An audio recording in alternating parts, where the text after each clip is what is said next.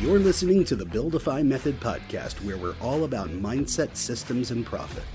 As a nationally recognized business consultant, coach, and speaker, your host Aaron Keith is passionate about supporting the entrepreneur community by sharing his knowledge gained from coaching over 10,000 entrepreneurs in nearly 20 years, at companies ranging from billion-dollar enterprises and celebrities all the way to Main Street and small startups. Each Build-isode's blunt, no-bullshit conversation is led by Aaron along with his co-host Ryan Coyne, a veteran tech consultant and nationally recognized speaker. Each week, Aaron and Ryan deconstruct mental and physical aspects of the topics that challenge all successful entrepreneurs, while also providing coaching, insight, and specific advice on distinctions that affect all growth-minded entrepreneurs. So listen up. It's time to work on your business, not just in your business. Hello, everyone, and welcome. My name is Aaron Keith. I'm joined with my co-host, Ryan Coyne. Thank you so much, Aaron. I'm really excited for today's topic. Let's get into it. Yes. So Ryan and I have been talking a lot with many of our customers, and it's been coming up a lot in the last couple of weeks, just with us being an annual planning time of year, that a lot of people are having challenges understanding what the proper goal setting process is. So Ryan and I want to take some time here and showcase the Buildify Method goal setting process. And we're going to start today with the personal side, and then we're going to move over to the business side. We believe that to really plan out your business, you have to first start with the personal, because the personal has a large impact on your corporation. So let's start with the personal side of things and go through the process a little together. On the personal side, there's 7 specific areas of your life. And so a lot of times when people are planning out their goals, they want to take into consideration all the different areas, select maybe 3, possibly 4 areas, and then craft their goals around those specific areas. So I'm going to run through the different areas. You can take note of this. First area is spirituality. Then we have body, then relationships, travel, career, finance, and then environment and stuff. Environment and stuff is like a couch or a watch or a car. It's the physical stuff in our life. So those are some of the main areas of our lives. There's different versions of that out there in the world. So whatever language or vernacular works for you, go ahead and use that. So step number 1, select 3 different goals for your personal side. At the Buildify Method, we really recommend that one of those goals is financial. Ryan and I really agree that many people or most people aren't putting enough time and energy into their finances, especially on the personal side with retirement or financial freedom. So we always recommend that one of your personal goals every year be centered around retirement/financial freedom, whatever word connects for you. The other 2 goals should be something that really lights you up, something that's really passionate. You know, this is something where if you're going to achieve your goals, your heart has to be connected. This shouldn't be a mental head thing. This has to be authentic for you, heart-centered for you, where you're really passionate and connected to it. Motivation comes naturally from that. Yeah, absolutely. Ryan, do you have some examples from yourself where you were setting some goals and now they're starting to come to fruition because of how connected and passionate you were to them? Oh my goodness. Yeah. Thank you for asking that. It was probably 10 years ago where I said to myself, man, it's fun being a tech consultant. It's fun helping people grow their businesses, but I want to work with huge companies. I want to work with billion-dollar companies. I want to work for celebrities. I want to know how it feels to be like the digital consigliere for somebody who's on TV or in movies or, some big public figure, so that when my phone lights up and I see that, I just think to myself, man, there's millions of people out there who would be dying to get this phone call. And I've achieved that because of mindset and making sure that I'm adjusting areas of my life that needed work or were holding me back.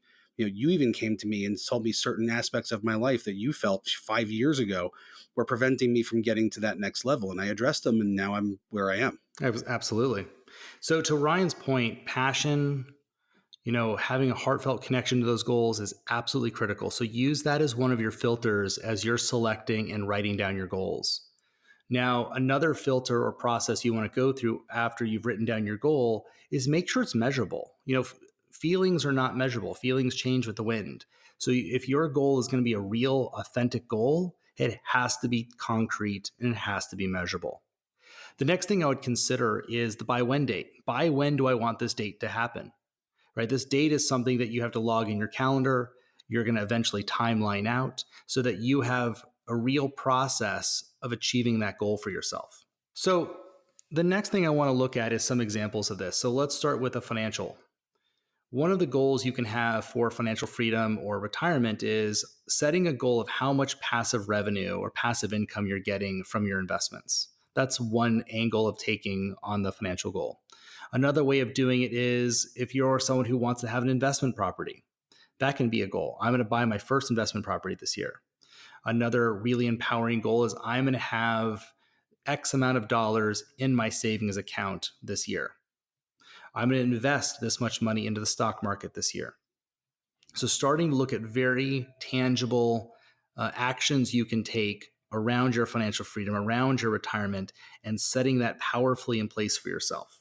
Some other goals that I like to see is health, right? I mean, if our health isn't working, then we don't have anything.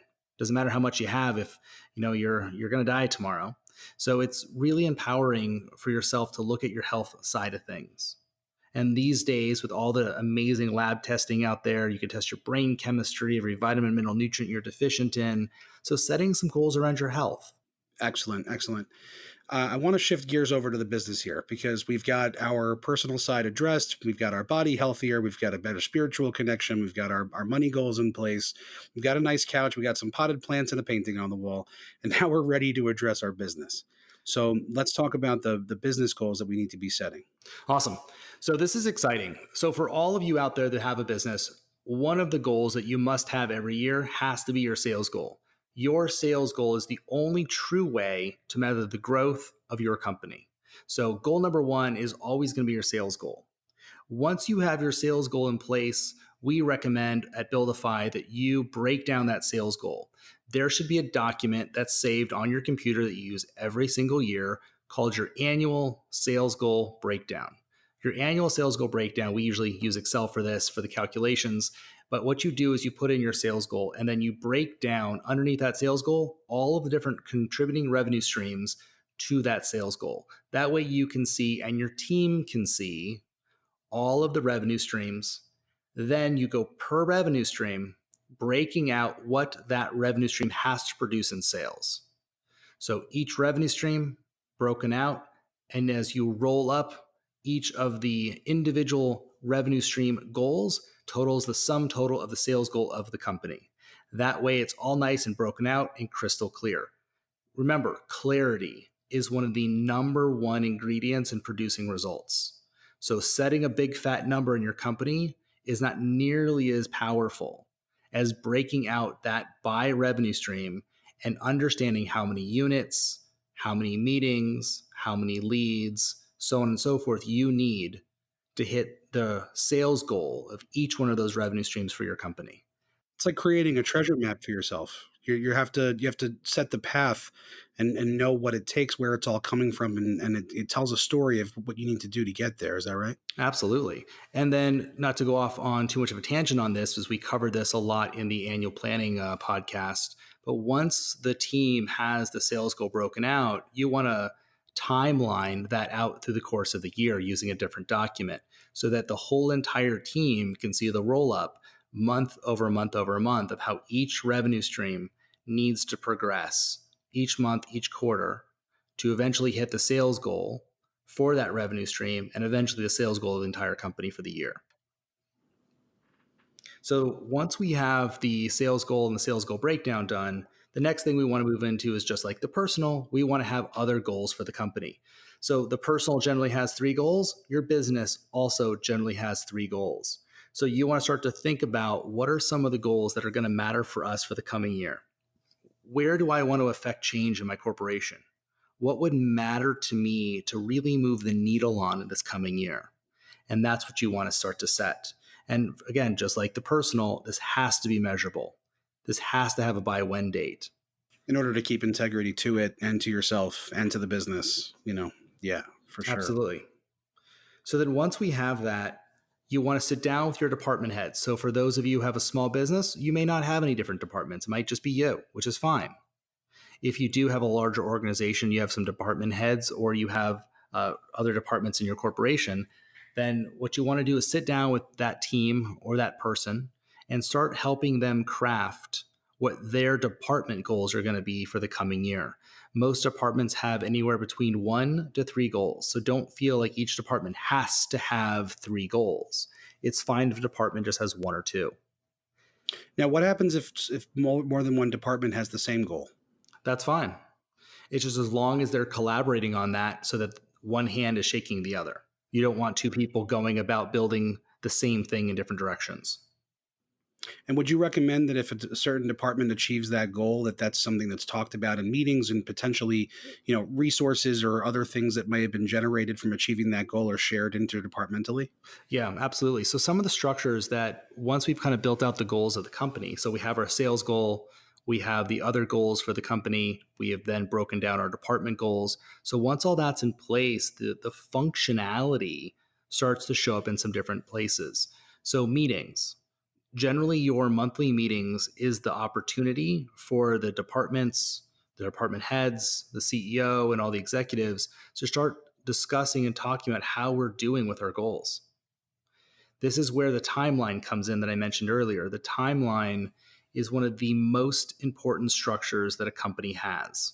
The timeline is a centralized document that not only the CEO is interacting with, but all of the people in the company that are affecting change interact with. So every month we pull this out in the company and we start to look at where are we supposed to be this month? Where are we supposed to be next month? So we can make sure, A, we're staying accountable and integrity with the process that we're on. And then for the coming month, we can all sit down and start to strategize and plan how are we going to move the needle and get to that next rung of the ladder together. Mm. So Ryan, on a technological side, is there any technology that you know of or that you've interacted with that is either A, good for goal setting and planning to kind of keep that in front of people? And then question B, is there any good timelining software out there? Yeah, I mean, as far as timeline, there's a bunch of different ways that you can create a timeline for your business, but having by when and due dates attached to things as part of the episode that we discussed, scheduling and task management. Mm-hmm. That can be part of it. You can have short-term goals and you can have long-term goals. Everybody should have a 5-year plan. Everybody should have plans that are shorter time. So if technologically speaking, that you want to have a system that you'll still be using in 5 years, you want to pick a product that's evergreen.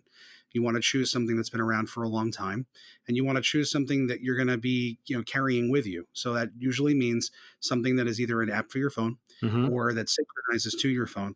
Some people really swear by using, Apple Notes, for example, Okay. to keep track of their stuff. I happen to not agree with using something that belongs to the tech company that is with your phone, because I've helped people manage transitions on a very large scale from one kind of platform to another. And Apple stuff doesn't always perfectly translate to Android. Gotcha. Microsoft stuff doesn't perfectly translate to Apple.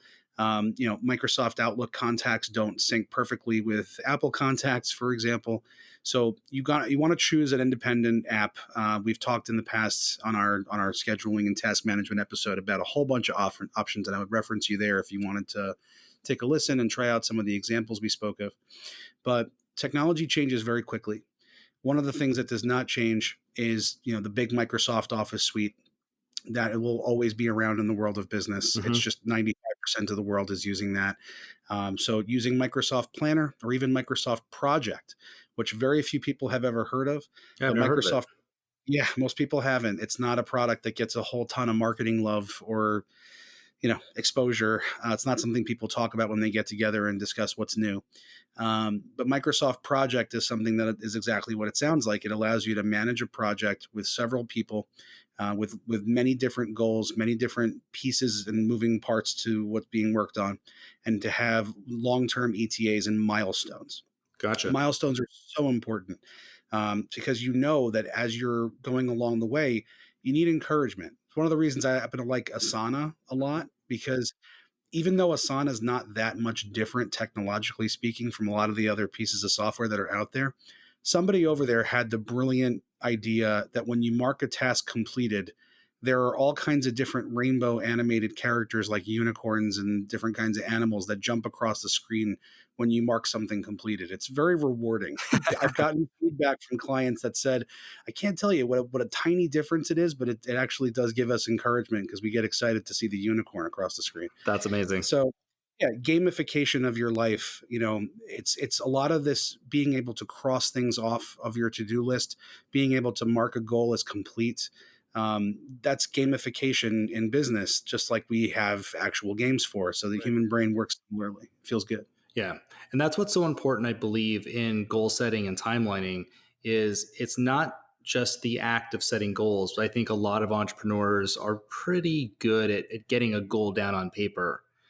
I don't think that those goals have a lot of backbone and structure to them. And I think that's why a lot of goals fall a little short every year. So if we can keep the goals to three concise, powerful, heartfelt, very motivated goals, and then we can start putting structure to that goal. So building it into the monthly meetings where we're always discussing the milestones and the goals of the company so that everybody is in the know of what's happening, how we're doing around that goal, even setting rewards. For a lot of the companies that I coach, especially the bigger ones, we start to attach wins to all of the employees in the company that as we start to hit milestones of this goal, especially hitting the goal itself, they're going to get something out of it. That way, you're getting a lot of buy-in from your staff members. So aside from that structure, some of the other structures I want to turn your eyeballs to is going to be vision boards. It may sound a little woo-woo, but I promise you, vision boards are an extremely effective structure in how it interacts with the brain. As they say, a picture is worth 1,000 words. This is an opportunity to build a piece that's in your home or office that represents not only your personal goals, but your business goals. This is the totality of you, the CEO or the business owner. So on that board, you're going to have the different areas of your life that you're setting your goals around. Everything's represented in equal parts and pieces. And those pictures hold space for what it is that you say you're up to this year. It's very powerful. And remember, it's running in the background. It's the photo on your living room wall that you walk by 10 times a day and don't notice, but your subconscious picks it up. Oh yeah, your brain's taking it in, even if you're not focusing on it, for sure. Absolutely. And the last thing I kind of want to point our attention to is going to be the morning routine. We'll talk about this a little bit more in another podcast, but all entrepreneurs should have a morning routine. It's very, very powerful for mindset and setting intention. And part of that morning routine is sitting down and reading your business goals, your personal goals, and staying present to the impact those goals are going to have in your life. So on a future episode, we'll be getting into how to build out your morning routine in some detail. But those are some structures that you can take away now and start to work with your goals. So everybody listening, your homework right now is to build out your personal goals, at least 3. Build out your business goals, at least 3. One of those goals being your sales goal for your company. Taking that sales goal and breaking it down by revenue stream. Then starting to put structure around those goals through your timeline, through your meetings, through your vision board, and things of that nature. So, Aaron, before we wrap up here, I have to ask you, and I'm sure that our listeners would be really interested to know since you've got a lot of wisdom and experience gained from over the years, as we talk about. Can you tell us a little bit about one of your goals and what one of your goals might be? Yeah. For those of you who know me or who've worked with me in the past, you know that I'm extremely passionate about becoming financially free. So my mantra for many years has been 45 financially free. So I'm 41 right now, and I've been working since my mid to late 30s around this target. And I'm very clear on my number. And one of the things that I love about this goal for me is how much it engages me. This goal touches every single area of my life. Because when I built out my financial freedom goal, I designed how I want every single area of my life to be. I spent months, painstakingly writing out detail of how I want my health, how I want travel, my relationships, my career, my finances. So when I read that in my morning routine, because that's actually part of my morning ritual every morning is to read that, it motivates me like nothing else because I am so thirsty for having all of that life integrated now. So each year I pick away at that and I pick one or two things, I bring that into existence. So that is my number one goal is being financially free by 45. So each year I pick something that's going to move the needle closer and closer and closer to that. So last year was to acquire 4 rental properties. So sometimes it's rental properties, sometimes it's having a certain amount of passive revenue. And it's not just the lifestyle I'm looking for. Part of what's also behind the financial freedom is making a difference. There's a huge difference I want to make with children, with prisoners and entrepreneurs. And spending my time working, though I'm passionate and I love, love, love what I get to do, if I had more time on my hands, I can make more of a difference for the foster youth that I support, for the prisoners that I go in and work with. And so part of the excitement is becoming financially free so I can go do more of that. So that's a long answer to what my number one goal is right now. What about you, Ray? That's inspiring. Thank you for sharing that. You do a lot. So sometimes I forget about the work that you do with the incarcerated and the underprivileged youth. And it's just, that's awesome that you look forward to spending your time doing more of that. I Yeah, want to thanks. commend you. All right, buddy. What about you, man? What's something that's really motivating you over there? I would say it has to be world travel. It's the thing that I think the most about and the thing that I've done the least in my life. I'm 33. I've only been to a couple of places out of the country. One of them was when I was too young to remember it. And most people that I work with and have been friends with, they've all done at least one big trip. My first job out of high school was international freight forwarding, and I was selling container space to different people, communicating with people all over the world and learning about geography and random ports and places that sounded amazing and had all these different stories from people about what it would be like. And I've been all over the country. I get paid to speak and flown around and have wonderful privilege of having seen a lot of the country that I'm from.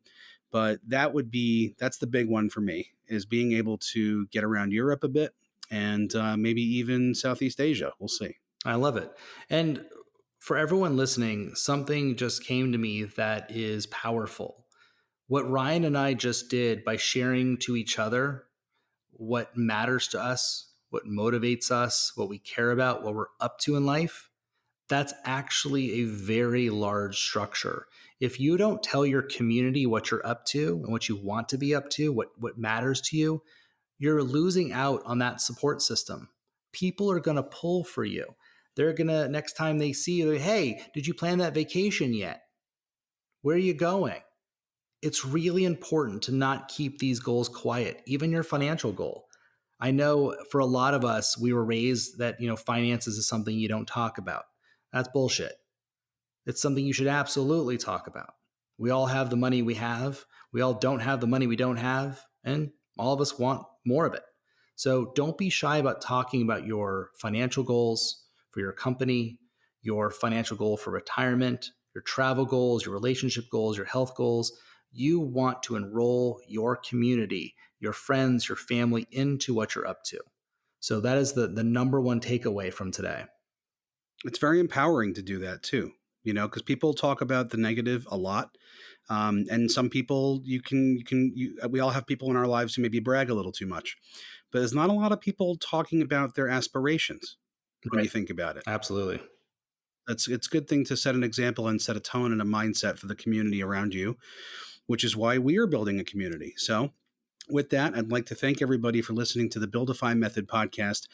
And I really hope that you can like and subscribe us and also leave us a review, because it helps us build the community that we're trying to with like-minded entrepreneurs. It really helps people find us. And I want to thank my co-host, Aaron Keith, for sharing with us. And I look forward to talking to you all again next week.